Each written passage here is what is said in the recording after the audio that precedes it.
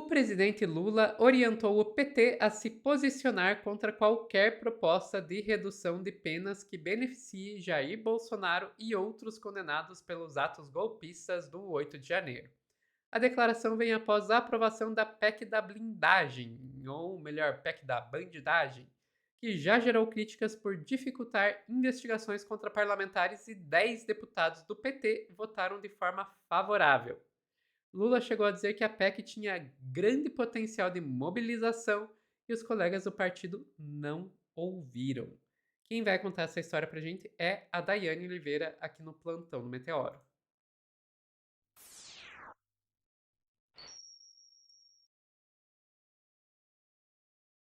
Dai, então quer dizer que o Lula se posicionou aí. Espero que o PT ouça, né? Porque o que aqueles deputados fizeram na PEC da blindagem, né? Da PEC da bandidagem, aquilo ali pra mim era expulsão do partido. Exatamente. O Lula, ele não deixou barato, o Lula do Velho Testamento, ele voltou. E a gente estava comentando aqui no Meteoro na semana passada que possivelmente iria haver uma manifestação do presidente, especialmente, porque a orientação do PT era que os deputados votassem contra a PEC da blindagem. No entanto, uma coisa que você lembra muito bem, Sofia, é justamente o fato do governo como um todo não fechar, não amarrar, não orientar o voto contrário. Deixou em aberto, ainda que os partidos tenham feito a orientação, mas o governo não. Então, aí tem uma questão, né? Pelo posicionamento de alguns deputados, eles acreditaram que iria passar tranquilamente uma PEC da blindagem, sem uma represária popular, sem uma revolta popular, sem a resistência do povo. E não foi assim. Então, alguns já tentaram, na semana passada mesmo, voltar atrás. A gente vai falar um pouco sobre isso, inclusive vai ter um corte só sobre isso. Mas isso incomodou também profundamente o presidente. Na semana passada, na sexta-feira, algumas matérias já diziam que o Lula não queria sequer ouvir o nome desses deputados que tinham votado contra a PEC da blindagem, porque de fato eles estariam ali se colocando como um grupo que de alguma forma se beneficiaria. E a gente já falou exaustivamente sobre o que é, mas para quem não entendeu ainda o que é a PEC da blindagem, são os deputados decidindo quais os outros deputados que vão ser julgados, condenados, que podem ser presos, que as investigações podem começar em alguns regimentos, como no Supremo Tribunal Federal. Ou seja, é a raposa tomando conta do galinheiro. Então, realmente é muito delicado quando a gente tem isso no país. E aí eu vou te pedir para trazer a matéria, que tem uma análise que é interessante sobre a própria perspectiva do Lula, que o Lula chegou a avisar ao PT, ao partido, que uma votação que fosse diferente, de não ser contrário a essa PEC, poderia causar uma mobilização popular. E, Sofia, vale lembrar que o Edinho do PT, ele deu uma entrevista semana passada que foi vergonhosa, tentando justificar, falou muito e não falou nada. Eu não sei se você lembra, mas ele chegou a dizer, olha, tivemos vários debates, muito diálogo, tivemos muitas conversas para decidir uma coisa que era muito óbvia, e não ouviram nenhum presidente da nação, que é uma das principais figuras do partido, um dos fundadores do partido. Vamos ouvir o que o Lula pensa sobre a PEC, por favor, Sofia?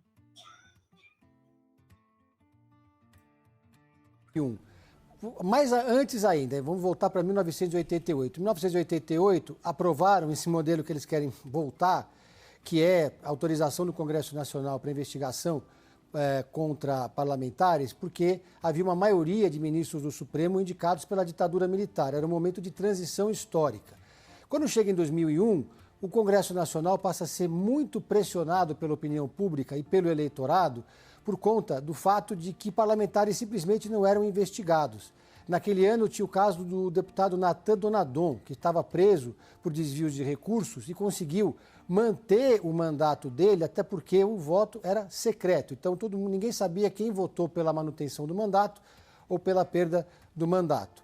Aí a gente chega agora em 2025. Os parlamentares estão com pressa, existem mais de 80 parlamentares que estão na mira do Supremo Tribunal Federal por conta de problemas com as emendas parlamentares, desvio de recursos e etc. Então, de fato, há uma necessidade para esses parlamentares de se proteger e aí, então, essa pressa toda para aprovar a PEC da blindagem.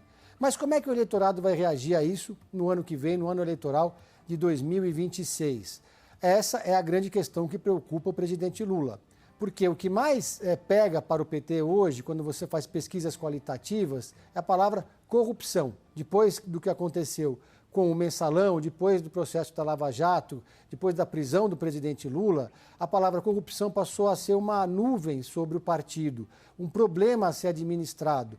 E por isso que é essa preocupação, que a PEC da blindagem remeta a esse debate no ano que vem. Então, Lula, nessa reunião, fez esse alerta para o presidente do partido, Edinho Silva, para o líder do PT, Lidberg Farias, de que, por mais importante que seja ter o apoio do Centrão para as pautas do governo, por mais que seja necessário fazer gesto para o Hugo Mota, nesse momento é preciso também pensar na urna, pensar na questão eleitoral. Vamos lembrar também outro momento histórico importante, quando criaram a Lei da Ficha Limpa. A Lei da Ficha Limpa foi um movimento popular, com milhões de assinaturas, que criou essas etapas que tornam o político inelegível se ele for julgado em segunda instância. Isso mostra que essa é uma pauta que mobiliza a sociedade, bota a gente na rua, faz a pessoa sair de casa para votar.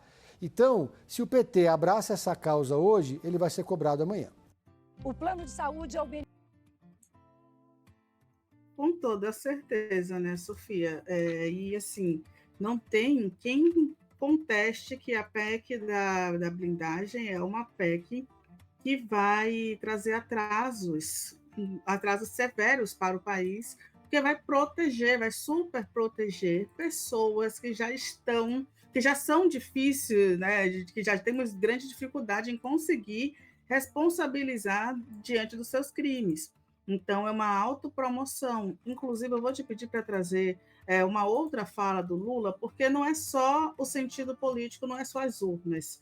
O Lula ele não nasceu ontem, o Lula é um excelente ator político, e o Lula compreende também que a PEC da blindagem vai fazer com que a extrema-direita que se fortalece, que utiliza os conselhos de ética, continuem ainda mais, com mais poder dentro desses espaços.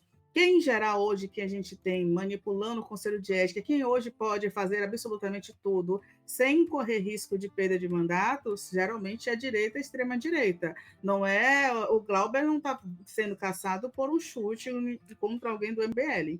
Ele está sendo caçado por ir contra o Arthur Lira, que utiliza essa ferramenta da Câmara, que é o Conselho de Ética, para a cassação daqueles que não abaixam a cabeça. A gente teve outras figuras, a gente faz questão de lembrar do Brazão, que o Brazão não sofreu um processo de cassação porque ele perdeu o mandato, porque ele está preso, acusado do assassinato de Marielle Franco, do Anderson Gomes e outros crimes.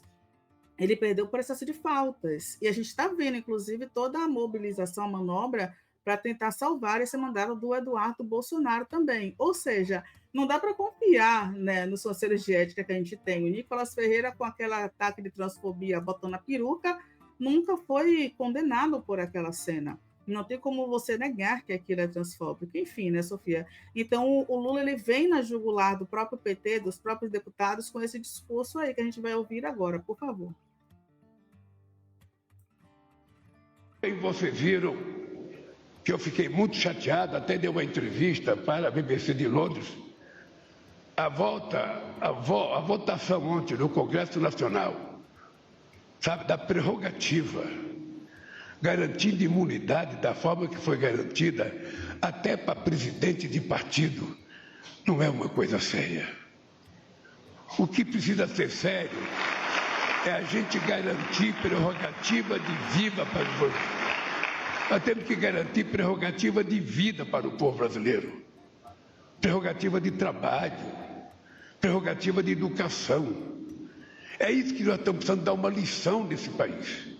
É de que a classe política existente hoje, a começar de mim, ela pode, se quiser, fazer a juventude acreditar que um outro país é possível de ser construído. Ontem vocês viram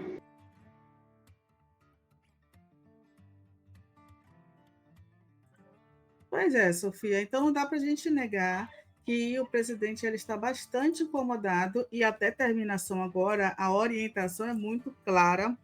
de que, inclusive alguns deputados do PT disseram, não, porque a gente fez um acordo para passar a PEC da blindagem, porque a gente queria focar na anistia, porque a gente quer o Centrão com a gente para focar na anistia. Não colou para ninguém, e a determinação do Lula é justamente que não haja redução de pena de Bolsonaro nem outros condenados, sobretudo depois desse vexame que é o que foi o PT dando também espaço para uma PEC da blindagem. Eu vou te pedir só para colocar o título do G1, que é a coluna do Valdo Cruz, e ele traz exatamente isso, e o PT está intensificando para que não haja anistia tanto para Bolsonaro, para os aliados, quanto para essa galera que atentou contra a democracia. É o mínimo, né, Sofia? Até porque a gente tem várias pesquisas aí que já apontam que a população brasileira não quer anistia. Anistia é o C, como a gente ouviu nas ruas ontem. E, pelo menos, precisou passar por uma vergonha para a gente ter uma determinação clara e direta. Alguém perguntou aqui no chat, mas precisava o governo falar, determinar como seria o voto? Parece que sim, né? Parece que sim, porque os deputados estão fazendo votações individuais em relação aos seus interesses e não o interesse do Brasil. Então, infelizmente, parece que sim. É isso, Sofia. Pois é, Dai. Vamos lá, tem muita coisa para falar sobre isso. Primeiro, vamos votar favorável à PEC da blindagem, da bandidagem, porque para eles não votarem no PL da anistia. Gente, das duas, uma. Ou essa pessoa é burra, a pessoa que fala isso, por confiar. Vocês realmente confiam que vão conseguir segurar dessa forma? Conta outra, né? Ou então acham que a gente é burra de acreditar nessa desculpa. Começa por aí. Vamos lá. Sobre a PEC da bandidagem. Você citou o caso de corrupção, mas eu acho que teve um caso que foi ainda mais forte para mobilizar a população contra esse dispositivo que tinha na Constituição de 88, que permitia essa blindagem, que foi o caso do Hildebrando Pascoal. Para quem não sabe, é forte, gente, tá? É forte. Hildebrando Pascoal foi um deputado federal do Acre que ficou conhecido como deputado da motosserra. Por que ele ficou conhecido como deputado da motosserra? Porque ele esquartejava opositores políticos com uma motosserra. E chegou a esquartejar uma criança de 13 anos. Porque, desculpa, 13 anos é uma criança. Entenderam? Entenderam? E é esse o tipo de pessoa que escapava da cadeia por causa desse dispositivo que tinha na Constituição de 88, que só permitia que o deputado fosse processado com autorização do Congresso. E então, gente, assim, não dá pra deixar isso passar. E eu ouso dizer que se isso passa, é só uma questão de tempo até a gente ter um 2013 de novo, com o povo subindo em cima do teto, literalmente, do Congresso pra retirar. Não vai. Mas é aquelas coisas, né? Os golpistas estão desesperados porque estão indo pra cadeia, os corruptos estão desesperados porque estão sendo pegos, né? Os supostos corruptos, vamos aí usar o condicional para garantir a segurança jurídica, os supostos senadores que recebem dinheiro em sacola de papel do PCC, os líderes de partido que tem aviãozinho que era usado para lavagem de dinheiro do PCC. Esse pessoal tá todo desesperado, então eles não estão nem aí se isso vai pegar mal com a população ou não. Eles simplesmente acham que vão passar e dane-se, não vai passar. E as manifestações de ontem mostraram isso, mas a gente vai falar mais sobre isso em outros cortes que aqui já tá prolongando. Ficamos por aqui, Dai? Ficamos. Pessoal que tá assistindo ao vivo, não saiam daí que a gente já volta com mais notícias aqui no Plantão do Meteoro.